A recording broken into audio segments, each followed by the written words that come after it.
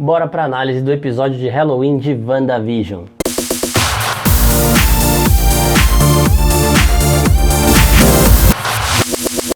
E aí, seus geeks, tudo certo? Eu sou Marcos Veloso e vamos para mais uma análise de primeiras impressões do novo episódio de WandaVision, o tão aguardado episódio de Halloween. Sensacional, foi um episódio maravilhoso, cheio de referências, é sobre isso que a gente vai falar para vocês. Só que antes eu quero pedir para vocês curtirem esse vídeo, se inscreverem no nosso canal, também seguirem essas outras redes sociais que estão aparecendo aqui embaixo, porque tem muito conteúdo de WandaVision e de cultura pop em geral direto, principalmente no Instagram e no Twitter. Começando o episódio pelas referências em relação a sitcoms, né? A abertura e as quebras de quarta parede do Tommy e do Billy são claras referências a Malcolm in the Middle. E também ainda falando da abertura, a gente percebe ali que o Pietro tem realmente os poderes do Mercúrio, que ele tem aquela super velocidade extremamente enigmática. A gente não sabe se é o Pietro da Marvel, se é o Pietro da Fox, se não é nenhum dos dois, se é os dois, se é um outro personagem, se é o Mephisto. Então nós tivemos algumas pistas em relação a tudo isso, e começando por essa de que ele tem os poderes do Mercúrio. Uma outra coisa interessante que mostra que ele não é o Mercúrio da Fox é que quando a Wanda desce com a fantasia de Feiticeira Escarlate, maravilhosa, referência sensacional, ficou muito bom. É uma fantasia que não dá para você usar como um traje oficial do CM, né? Mas nesse contexto ficou perfeito. E a gente vê que a Feiticeira Escarlate de fato não existe, né? A Wanda fala que ela está fantasiada de uma feiticeira socoviana. Nos quadrinhos mais recentes que a gente descobre a nova origem da Wanda, de que ela não é uma mutante nem filha do Magneto, a gente descobre que ela foi filha de uma outra bruxa feiticeira que tinha o manto de Feiticeira Escarlate.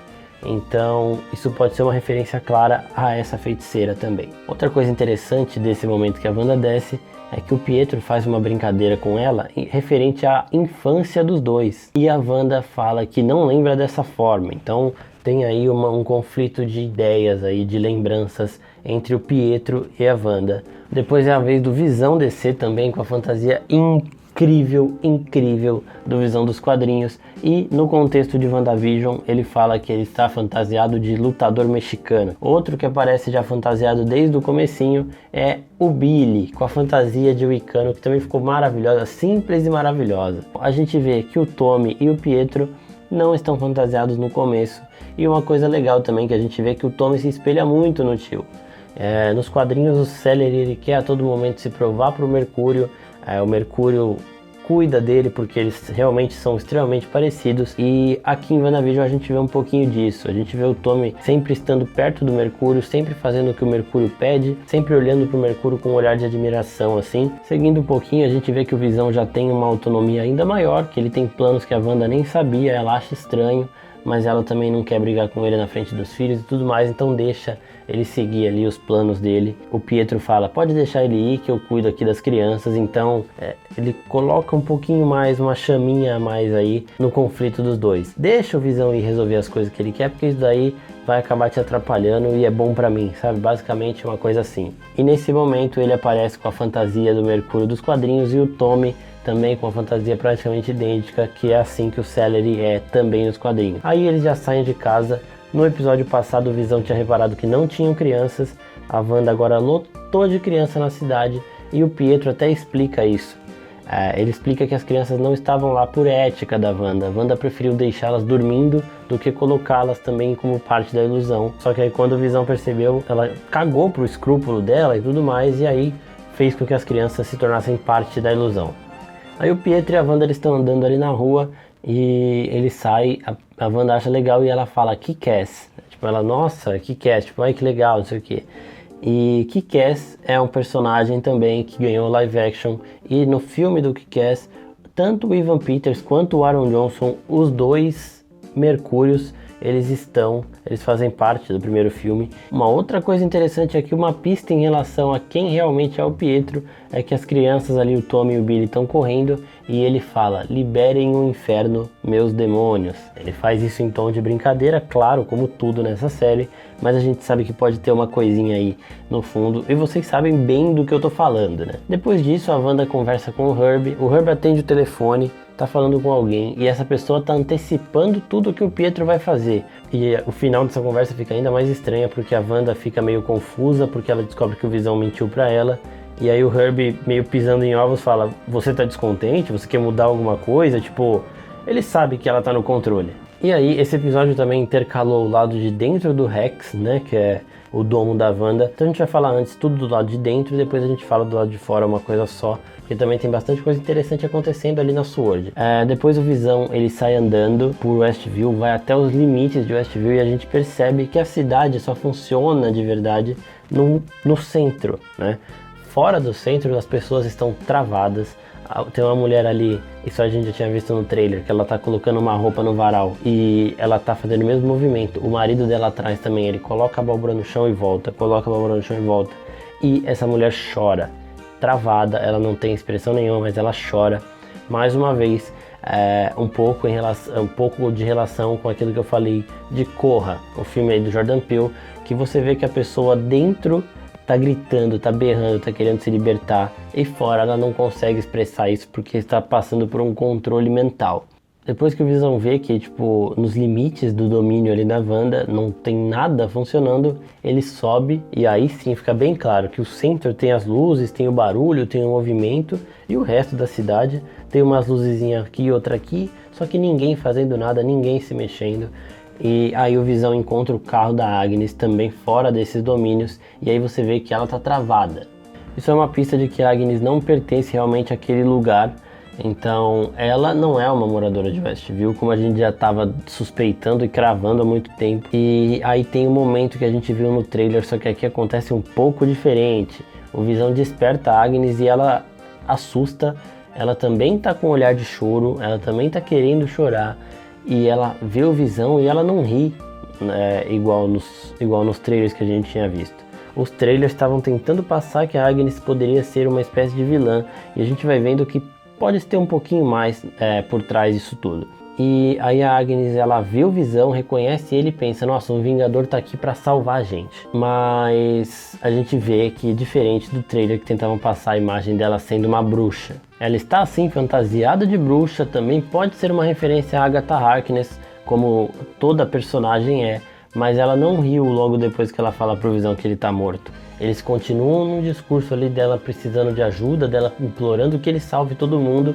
E aí depois ela começa a se desesperar e começa a rir como uma bruxa. Enquanto mais o Visão se afasta, mais perto da Wanda o Pietro chega. E ele começa a conversar com ela, começa a querer entender o que está acontecendo. E ele explica também: eu me lembro de ter sido baleado igual um idiota no chão, no meio da rua. E a próxima coisa que eu me lembro é de você me chamando, você precisava de mim. Então o que aconteceu? Ela resgatou um Mercúrio X do multiverso, que quando ele entrou no universo regular da Marvel, ele pegou as memórias do Mercúrio da Marvel, foi isso? E aí embaralhou tudo? Ela realmente trouxe ele de volta com outro rosto? Muito confuso isso. Só que a gente vê que ele vai tentando tirar coisas da Wanda, de saber coisas da Wanda. Então ele vai deixando ela sentir confiança ali, e ela vai falando que depois de Ultimato, ela sentiu um vazio, um grande vazio. Não mostra como ela começou isso, não mostra se ela teve essa ideia sozinha, ela não fala nada disso, mas ela vai meio que fantasiando aí, lembrando de como ela estava depois de Ultimato, e realmente todo mundo próximo a ela, quase todo mundo morreu. Nisso o Visão começa a sair do Rex, e aí a gente vai passar para as coisas da SWORD que aconteceram no começo do episódio, e já vamos chegar nessa parte em comum. A gente vê que o drone que saiu do Rex no último episódio ainda está soltando aquela energia vermelha, então a gente vê que aquilo não é só um resquício, tipo, você saiu do domo, você tem uma energia vermelha aqui no seu corpo, daqui a pouco ela some. Não, aquilo é outra coisa, e da Mônica Rambeau sumiu rápido porque ele foi absorvido, né? Então ela puxou para dentro toda aquela energia, e o drone não, então você vê que aquela força, aquele campo vermelho continua no drone vivíssimo. Aí o Hayward mais uma vez mostrando que ele é aquele inescrupuloso agente, não necessariamente ele é vilão, mas ele é um agente meio que sem problema em fazer o que precisa ser feito, em sujar as mãos. Nesse começo ele é meio cuzão, tudo bem, ele é. Mas não dá pra falar que ele é vilão não, porque ele até fala, né? Esses 5 anos foram muito difíceis para quem ficou aqui. Ele acaba tirando a nossa trindade maravilhosa aí dos trabalhos ali da SWORD. E aí eles percebem também que o Hayward ele tá analisando o Visão e que todas as pessoas em volta do Visão estão aparentemente travadas. E aqui a gente tem uma prova de que a Monica Rambeau não tinha os poderes e ela está ganhando eles agora. A gente vê ela lutando com 2 agentes da SWORD e a gente vê que ela não aparenta ter super força nem nada do tipo. Ela é só uma lutadora extremamente habilidosa, igual o Jimmy Woo, surpreendente essa cena por sinal. E depois a gente vê a Darcy falando dos testes dela e falando que as células dela, Monica Rambeau, estão se modificando por conta da entrada e saída dela do Rex ali. Então ela está nesse momento ganhando os poderes, daqui a pouco ela vai aparecer aí. Só que a gente deve ver esses reflexos dos poderes dela só em Capitã Marvel. E falando em Capitã Marvel, a gente vê que o Hayward ele tem um pé atrás com a Mônica em relação a ela proteger superpoderosos, e ele fala exclusivamente da Capitã Marvel, então isso também pode ter a ver com aquele rancorzinho que ela demonstrou, pode ter acontecido alguma coisa. Depois que acontece tudo lá fora, o Visão começa a sair, o Hayward vai para ver ele saindo, parecia até que ele já estava preparado, que ele já estava atraindo o Visão, porque quando o Visão começa a sair ele fala, tá na hora, vamos lá. E aí eles ficam só olhando o Visão sair e você vê que o Visão vai se despedaçando. Então realmente aquela teoria que a gente tinha falado aqui estava correta. O Visão só está vivo dentro dos domínios da Wanda. Ele sai do Rex, ele começa a se despedaçar e começa a engatinhar até o momento que ele cai no chão da mesma forma que ele caiu depois que o Thanos tirou a joia da mente da testa dele. Isso aí foi foda também. Ele cai exatamente do mesmo jeitinho e o Hayward não faz nada. A Darcy até se revela, né? Ela tava ali escondida, ela se revela e fala, vocês não vão ajudar ele? E o Hayward ele até dá uma risadinha, aí ele deu mais raiva ainda dele do que tava dando antes.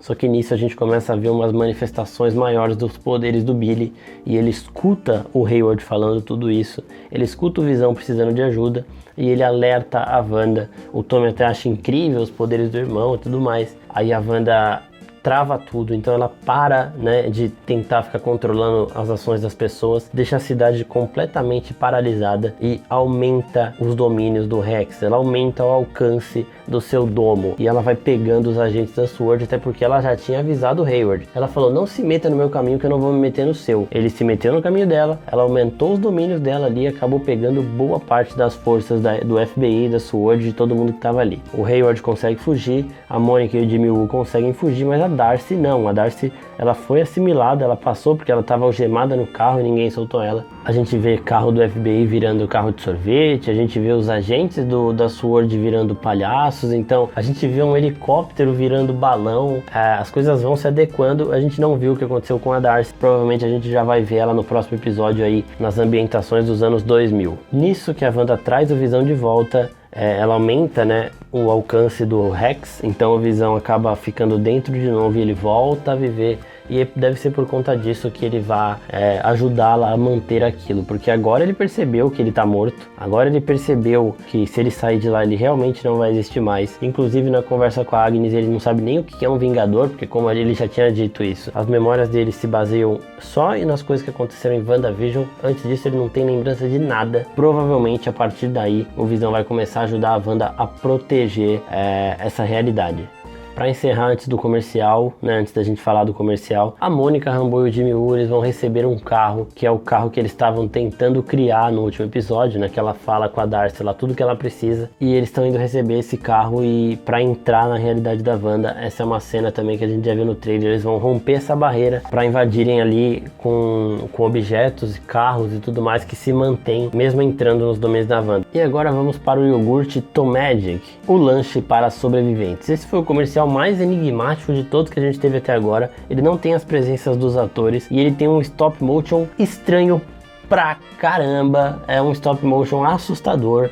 Lanches para sobreviventes pode significar que ela, né, pode mostrar que ela é uma sobrevivente, que algumas pessoas que passam pela vida dela não são, mas ela é. Não é todo mundo que pode comer o iogurte Tomagic, que é apenas para os sobreviventes, mas eu acredito que seja uma referência à Wanda, ao fato dela ser uma sobrevivente. Então basicamente no vídeo de primeiras impressões é isso, gente. Lembrando que no IGTV, depois que a gente assistir mais algumas vezes, conversar entre a equipe e tudo mais, a gente faz um vídeo A gente faz um vídeo mais completinho com algumas coisas que a gente, um complemento a esse vídeo lá no nosso IGTV, com as coisas que a gente deixou passar na primeira vez que a gente assistiu, porque a gente acabou de assistir, o episódio acabou de sair. Não se esqueçam de se inscrever no nosso canal, curtir as redes sociais que estão aparecendo aqui embaixo. Se você é novo aqui, assiste a playlist de WandaVision, que tem teoria, tem as análises dos outros episódios que vocês podem ter perdido alguma coisa. Curtam esse vídeo, compartilhem com seus amigos e, mais uma vez, inscrevam-se no nosso canal. Muito obrigado, gente, até a próxima. Tchau, tchau.